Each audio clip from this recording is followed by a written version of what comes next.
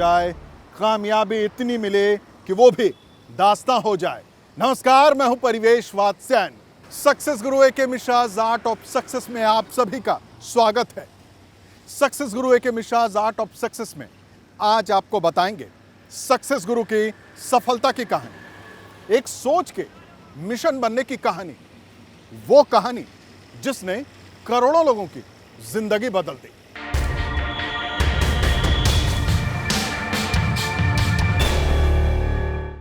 तो आज के इस एपिसोड में देखते हैं शून्य से शिखर तक के सक्सेस गुरु का सफर। Very good. मेरी जो शुरुआत है, आप सब लोग इंटरेस्टेड होंगे मेरे ख्याल से जानने के लिए कि आप सोच रहे होंगे सर इतने बड़े बड़े भाषण दे रहे हैं, कहीं किताब से पढ़कर आए होंगे। जी नहीं, आपको तो पढ़ने के लिए, बैठने के लिए बहुत अच्छी कुर्सियां मिली हुई हैं। मेरे साथ बैठ करके आप एयर कंडीशन एटमॉस्फेयर में सुन रहे हैं, माइक लगा हुआ है, आवाज दे रहे हैं, मैं भी आपसे बात कर रहा हूं। लेकिन हमारा एजुकेशन इस तरह से नहीं हुआ। हमारी जो शुरुआत है, हजारीबाग में स्थित एक बड़का गांव ब्लॉक है, उसमें एक छोटा सा गांव है जिसका नाम है लंगातू। मुझे गर्व है कि मैं उस गांव का हूं, राइट। मुझे गर्व है कि मैं उस गांव का हूं। और सिर्फ यहां नहीं, चाहे मैं अमेरिका भी जाता हूं तो वही परिचय देता हूं जो मैं आपको देने जा रहा हूं कि मैं सही हिंदुस्तानी हूं, चूंकि हिंदुस्तान की जड़ से निकल कर गया हूं। यह पूरा सफर मेरा जो यहां तक का है वो हवा में नहीं है, हकीकत पर टिका हुआ है। और एक गांव से, एक लंगातू गांव है, उसके पड़ोस में एक गांव था 1.5-2 किलोमीटर आगे, उसका नाम था चेपा खुर्द गांव। उस गांव में एक छोटा सा स्कूल था। और छोटा से आप सोचते होंगे सर इसका आधा होगा, 1/4 होगा, नहीं, इसकी साइज जितनी बड़ी स्टेज है उतने ही बड़ा स्कूल था। आप देख रहे हैं जितना बड़ा, मैं इधर वाला भी निकाल दीजिए, जितने दूर में पीछे का स्टेज है उससे बड़ा स्कूल नहीं था। और वो स्कूल भी कैसा था, जैसे छप्पर होता है, मिट्टी होती है, बाहर में बच्चे पेड़ के नीचे बैठ के पढ़ा करते थे, हम लोग अंदर बैठ के पढ़ा करते थे, राइट। वहाँ से, और उसकी सबसे बड़ी खासियत की थी कि हमें इन्वेंशन का बहुत पावर था। कैसे था, हम सबसे अच्छी चटाई कौन लेके जाता है स्कूल में, उसकी पहल पहचान होती थी कि मेरी चटाई कितनी अच्छी है जो दूसरों की तुलना में अच्छी है, राइट। तो हमने अपनी पढ़ाई वहाँ से शुरू की और 3rd स्टैंडर्ड तक उसी स्कूल में, जो एक गांव में सबसे बड़ा, मैं अमेरिका में जाता हूँ तो बड़ा कॉन्फिडेंस से कहता हूँ, Indian child is born a brave child, right. क्योंकि वो प्रकृति से गोद में पैदा होता, प्रकृति के गोद में पैदा होता और प्रकृति से उसको ट्रेनिंग मिलती है। उसका माँ बाप हाथ पकड़ पकड़ के हर जगह नहीं ले जाता, जैसे आपके देश में होता है कि बचपन से पकड़ पकड़ के ले जाता है, उसको छोड़ दिया जाता है। वो गांव में वो सफ़र करता है, शेर से भी नहीं डरता, जानवरों से नहीं डरता, उनके बीच में निकल कर जाता है। और वो जो गांव, वहाँ से जो स्कूल था हम लोगों का, जहाँ से हमारे अभी तक याद है 2 टीचर होते थे। एक टीचर का काम था अटेंडेंस लिया फिर सो जाना, और जब ख़त्म हो जाता था तो फिर वो चले जाते थे उठ कर करके। और उनको सोने की इतनी ज़बरदस्त प्रैक्टिस थी कि आते के साथ सो जाते थे, और सोने के बाद सारे बच्चे पढ़ रहे हैं, आवाज़ करने को किसी को इजाज़त नहीं थी ताकि उनकी नींद ना खुले। मुझे अभी तक याद है, एक बार एक सांप भी हमारे बीच में घुस गया स्कूल के अंदर में। नेचुरली हम लोग छोटे थे, बच्चे थे, सब चिल्लाने लगे सांप सांप सांप। गुरुजी का नींद खुल गया। गुरुजी ने क्या किया, अच्छा सांप भी कमाल का था, आया और चला भी गया। जब तक गुरुजी की नींद खुले, क्यों चिल्लाया, सारे बच्चों ने अपनी भाषा में बोली उस समय की। सबने कहा गुरुजी सांप आ गया था। कहाँ सांप है? उन्होंने छड़ी उठाई और दबा के सबको पिटाई कर दी। उसमें मैं भी था, उसमें मैं भी साथ में था, क्योंकि सबसे ज़्यादा मैं ही शोर मचा रहा था, राइट। अब इससे मैं काफ़ी डिमोटिवेटेड हुआ। मैंने अपने पेरेंट्स को बताया, फादर को बताया, यानी भी उनको बुलाया गया, उनको समझाया गया कि बच्चों के साथ आपको ऐसा सलूक नहीं करना चाहिए, आप ऐसा करेंगे तो आपकी शिकायत होगी। खैर अगली बार से कुछ सुधार हुआ, किसी को उन्होंने पिटाई तो नहीं की, लेकिन हर सोने का उनका कार्यक्रम बंद नहीं हुआ। इस तरह के बहुत सारे अनुभव, लेकिन इतना ही काफ़ी हमको जानने के लिए। वहाँ से फिर बड़का गांव मिडिल स्कूल की पढ़ाई, और तब यहाँ से एक नई शुरुआत हुई मेरी। और वो शुरुआत ये थी कि जब हाई स्कूल के एजुकेशन की बारी आई तो बड़का गांव हाई स्कूल के जो निर्माता थे वो मेरे फादर थे, ठीक है। He was the founder of high school, he was the earliest graduate and post graduate of that place. उनके पास भी ऑप्शन था नौकरी करने का, आगे जाने का, लेकिन जैसे एक यहाँ के लोकल जमींदार फैमिली की कहानियाँ होती हैं, उनके ग्रैंडफादर भी जमींदार थे, उस इलाके के मुखिया थे। उन्होंने कहा कि भाई मैं चाहता हूँ कि इस इलाके में एजुकेशन नहीं है, तो मैं चाहता हूँ तुम मेरे सबसे बड़े ग्रैंडसन हो, इस इलाके के लोगों को, चूँकि मैं इस इलाके का मुखिया भी हूँ, पहला मुखिया हूँ आज़ादी के बाद में, तो मेरा फ़र्ज़ बनता है कि एजुकेशन यहाँ लोगों को बढ़ाएं, तो तुम क्या मेरा साथ दोगे, एक स्कूल चलाओ। तो पिताजी ने फिर उन्होंने मान लिए वो चुनौती और उन्होंने स्कूल बनाने की नींव ले ली। और वो स्कूल बहुत संघर्ष का स्कूल था।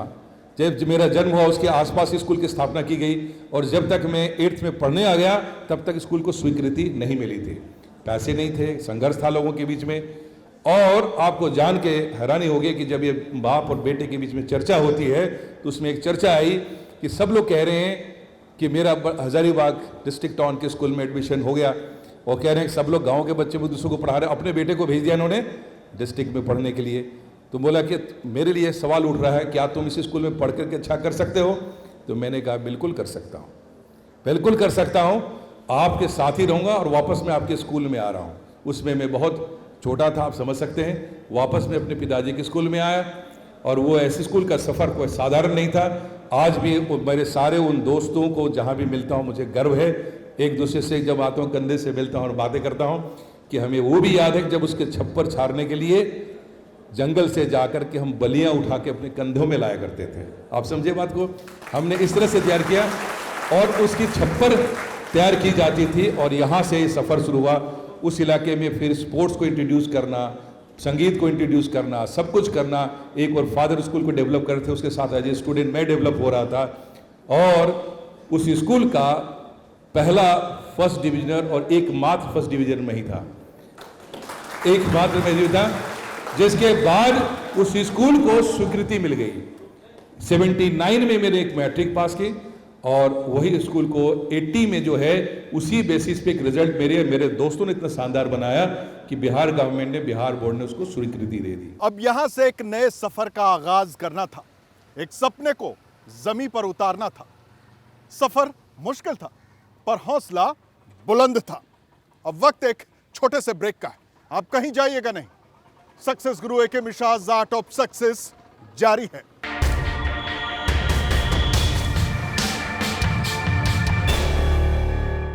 मेरे जैसे लोग जो संघर्ष करके यहाँ तक पहुँचते हैं, तो मेरे पास दो चॉइस है, या तो मैं भी कोई सरकारी नौकर बन जाऊँ, मैं भी एक IAS IPS बन के रह जाऊँ, या मैं हजारों लोगों को IAS बना डालूँ जो मेरे अब तक सीख चुके थे।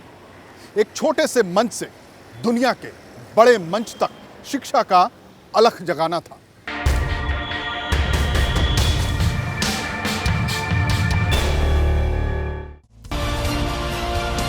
सेंट कोलंबस कॉलेज हजारीबाग का जो सफ़र था मेरा, वो भी इंटरेस्टिंग था। क्योंकि इसलिए इंटरेस्टिंग था क्योंकि आप में से बहुत लोगों को मन में भावना होगी कि हिंदी मीडियम के स्टूडेंट हैं, हम आगे नहीं बढ़े, हमारी इंग्लिश अच्छी नहीं है, तो हमें क्या करना चाहिए। तो इसके बारे में आपको ध्यान दिलाना चाहूँगा कि जैसे मैं सेंट कोलंबस कॉलेज में आया, उस समय भी ऑप्शन था, पटना कॉलेज में एडमिशन हो गया था मेरा, सेंट जेवियर कॉलेज रांची में एडमिशन हो गया था। उसको रोक करके फिर जो है, क्योंकि मुझे फादर को साथ देना था, तो वापस में फिर सेंट कोलंबस कॉलेज में रुक गया। और वहाँ का स्टडी का मामला ये था कि अचानक कॉलेज में जाने के बाद इंग्लिश इंप्रूव करने की जरूरत थी, लेकिन सारे क्लास हिंदी मीडियम में हो रहे थे। मेरे फादर ने कहा कि यदि तुमने इंग्लिश इंप्रूव नहीं की तो यहाँ तक तो मेरे साथ चुनौती में तुम ठीक जा रहे हो, लेकिन आगे चल के तुमको परेशानी आ सकती है, तुम फिर नेशनल इंटरनेशनल लेवल पे तुमको जाने में एक समस्या आ सकती है, तो तुमको अपनी मीडियम चेंज करनी होगी। तो मैंने इमीडिएटली इंटरमीडिएट में आने के बाद इंग्लिश मीडियम ले ली, और इंग्लिश मीडियम लेने के बाद समस्या आई कि सारे टीचर हिंदी मीडियम में पढ़ा रहे हैं, इंग्लिश में किताब मिलती नहीं थी, और हमने इंग्लिश मीडियम ले लिया। एक किताब दुकान थी वहाँ, खंडेलवाल पुस्तकालय, वो मुझे बड़ा प्यार करते थे जो मालिक थे, और उन्होंने मुझे इनकरेज किया कि बेटा मैं जितना भी हो सकता हूँ तुम्हारे लिए इंग्लिश में किताब मंगवाऊंगा, लेकिन मिलता ही नहीं है। मैंने कहा कोई नहीं अंकल, आप एक काम करिए, जितनी अच्छी किताबें खाली मुझे दे दीजिए। और मैंने अपने इंग्लिश के कुछ टीचर पकड़े और सारे हिंदी की किताबें ट्रांसलेट करके मैंने इंग्लिश में कर दी। आप समझ रहे बात को, सारे हिंदी की किताबें मैंने इंग्लिश में कर दी। इससे मेरी इंग्लिश सुधर गई, ग्रामर अच्छा हो गया, और सारी किताबें भी पढ़ ली मैंने, राइट। और फिर अपने बैच में मैं अव्वल निकल गया। उसके बाद मैंने फिर इंग्लिश लिटरेचर में फिर चुनौती ले ली, फिर इंग्लिश लिटरेचर में भी टॉप कर गया, राइट। और फिर इस रास्ते सफ़र करते हुए मैं दिल्ली की ओर गया, जो अथाह समुद्र था, राइट। दिल्ली यूनिवर्सिटी का सफ़र एक अथाह समुद्र के जैसे था। और वहाँ भी जब ये सफ़र तय हो रहा था, उसी बीच में मेरे मन में एक ख्याल आया कि मेरे जैसे लोग जो संघर्ष करके यहाँ तक पहुँचते हैं, तो मेरे पास दो चॉइस है, या तो मैं भी कोई सरकारी नौकर बन जाऊँ, मैं भी एक IAS IPS बन के रह जाऊँ, या मैं हज़ारों लोगों को IAS बना डालूँ जो मेरे जैसे संघर्ष करते हैं, राइट। ये फैसला मुश्किल था, ये फैसला भी बड़ा मुश्किल था। फिर मेरे और पिताजी के बीच में ये डिस्कशन फिर से हुआ, क्योंकि इतना दूर तक तो उन्होंने हिम्मत की थी, लेकिन उनको ये डाइजेस्ट नहीं हो रहा था कि इतना इंटेलिजेंट मेरा बेटा पढ़ के बना है, तो वो फिर वो टीचर क्यों बने। एक्चुअली मिडिल क्लास की फैमिली में जैसा होता है, वो बोले कि नहीं, ये तुम मेरे ख्याल से ठीक नहीं सोच रहे हो, तुमको खुद ऑफिसर बनना चाहिए। मैं कि नहीं, मैं बनूंगा तो अकेला रह जाऊंगा, इसलिए मुझे चाणक्य बनना है, मुझे चंद्रगुप्त नहीं बनना है, मुझे बनना है चाणक्य, राइट। और ये फैसला बड़ा इंपॉर्टेंट था। लेकिन my father had a strong believe, he was also my teacher. वो मेरे सिर्फ जो है फादर ही नहीं थे, मेरे टीचर भी थे। और इसी संघर्ष के दौरान में मेरे छोटे भाई जो हैं विनय, वो भी साथ थे। आपस में विचार हुआ, इनको बोला गया कि भाई हम ऐसा सोच रहे हैं, ये भी लक्ष्मण के जैसे हमेशा आते हैं, आप सोच रहे होंगे तो अच्छा ही सोच रहे होंगे। इन्होंने भी अभी आगे बेड़ा उठा लिया, ये जो है, इन्होंने भी पिताजी को इससे कहा कि नहीं भैया सोच रहे हो तो अच्छा सोच रहे हो। बोले चलो तुम जब दोनों सोच रहे हो तो ठीक ही सोच रहे होगे, फिर करो जो करना है। कोई बिजनेस का बैकग्राउंड नहीं, कुछ नहीं। और ये 93 में ऑर्गेनाइजेशन को खड़ा किया गया। नाम ही अपने आप में एक चुनौती थी, क्योंकि उस समय तक क्या था, लिमिटेड लोगों को IAS बनाने के लिए मौका मिलता था। कुछ इंस्टीट्यूट जो उसमें चल रहे थे, 30-35 बच्चे जो अच्छे परिवार से आते थे, अमीर परिवार से आते थे, इंग्लिश मीडियम से आते थे, उनको सिर्फ पढ़ाया जाता था। बाकी लोगों को बताया जाता था कि IAS सब लोग थोड़ी बन सकते हैं। मैं जब ये बेड़ा उठाया, मैंने कहा हिंदी मीडियम में भी IAS बनाऊंगा, इंग्लिश में भी बनाऊंगा, और गांव-गांव से उठा के बनाऊंगा IAS। ये मैंने बेड़ा लिया, राइट। आज जब मैं देखता हूं कि इतनी बड़ी इंडस्ट्री बन चुकी है, जितने टीचर्स हैं उसमें 60% वो टीचर हैं जिनको मैंने पर्सनली ट्रेन किया है। ये पूरे इंडस्ट्री के 60% टीचर गर्व से कह सकता हूं कि उनको हमने ट्रेन किया। और जितने भी इंस्टीट्यूट्स बढ़ गए हैं, मुझे बड़ा अच्छा लगता है कि वो समय था जब लिमिटेड लेवल पे था। आज 10 लाख लोग भी एग्जामिनेशन के लिए फॉर्म भरते हैं। आज गांव-गांव तो एक बात पहुंच गई है, और आज मुझे गर्व है। ये जितना कहानी आराम से सुना रहा हूँ, इतना कहानी आराम से हुआ नहीं होगा। 93 से लेकर के 2017 का जो सफ़र है, वो छोटी सी कहानी नहीं है। इसके लिए आपको पूरी किताब मेरी पढ़नी होगी। लेकिन इम्पॉर्टेंट बात यह है कि इस संघर्ष के दौरान भी मैंने कुछ सीखा, और वो जो आपको बता रहा हूँ, ये वो सफ़र का कमाल है। वक्त एक छोटे से ब्रेक का है, आप कहीं जाइएगा नहीं। Success Guru AK Mishra art of success जारी है।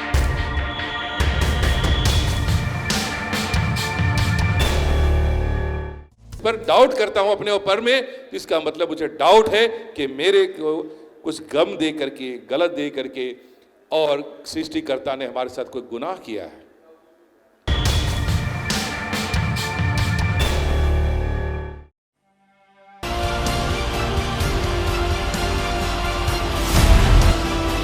स्वागत है आपका।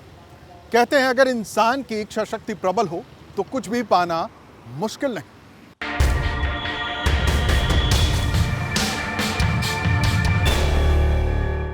जब आप लोग मेरी बात सुन रहे हैं, तो आज से आपको ये समझना है कि हो सकता है कि बहुत सारी चीजें मेरे अंदर नेगेटिव भावना डाल दी गई हो, मेरे बारे में मेरे बिलीफ सिस्टम को तोड़ा गया हो।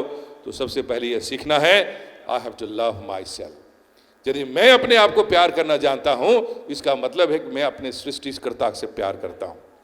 यदि उस पर डाउट करता हूं अपने ऊपर में, तो इसका मतलब मुझे डाउट है कि मेरे को कुछ गम दे करके, गलत दे करके, और सृष्टिकर्ता ने हमारे साथ कोई गुनाह किया है। हम उस पर डाउट करने लगते हैं कि वो भेदभाव करता है, जबकि गॉड क्रिएटर, किसी चाहे किसको किसी नाम से बुला लें, वो किसी के भेदभाव नहीं करता। उसके लिए हम सब एक समान हैं, एक ही तरह के संतान हैं, और एक ही तरह की कैपेसिटी के लायक हैं। और हमारे ही सक्सेस में वो सृष्टिकर्ता का सक्सेस है, क्योंकि बनाने वाले ने सब कुछ बना दिया। और जब पूरा ब्रह्मांड को रचा गया, तारे आए, नवग्रह आए, पृथ्वी आई, सारे जानवर आए, सारे वनस्पति आई, और तब सबसे बाद में उसको चलाने के लिए, उसको सजाने संवारने के लिए और समय समय पर बिगाड़ने के लिए भी वो सारा पावर मनुष्य के दिमाग में डाल दिया। राइट? तो आज जो कुछ भी आज हम इस्तेमाल करते हैं, नहीं करते हैं, बर्बाद करते हैं, अच्छा करते हैं, उसकी ताकत सिर्फ हमारे मस्तिष्क में देकर सृष्टिकर्ता ने किया। और किसी भी धर्म को उठाइएगा तो जहां भी कल्पना है प्रॉफिट की, पैगंबर की, दोबारा अवतार की, वो भी मनुष्य के रूप में आकर के इसको पूरा किया गया। वो भी बड़ा इंटरेस्टिंग बात है। इसका मतलब है कि मनुष्य को इतना उत्तम बना दिया गया, इतनी बड़ी शक्ति दी गई कि वो सब पूरा संस्कृति को जलाने के लिए है। और हम और आप और आम आदमी जो अपने इस दिमाग का पूरा इस्तेमाल नहीं कर पाता है, आम आदमी जो है कितना करेगा? 0.5%, 1%, 2%, 3%। मैं तो कहता हूँ 3 से 5% तक पहुँचते पहुँचते आप इंडिया में नंबर 1 बनने लग जाएंगे, IAS बन जाएंगे, साइंटिस्ट बन जाएंगे, एक्स्ट्राऑर्डिनरी पर्सन बन जाएंगे, सिंगर बन जाएंगे। नंबर 10 नंबर तक पहुँच गया तो वर्ल्ड में नंबर 1 बनने लग जाओगे।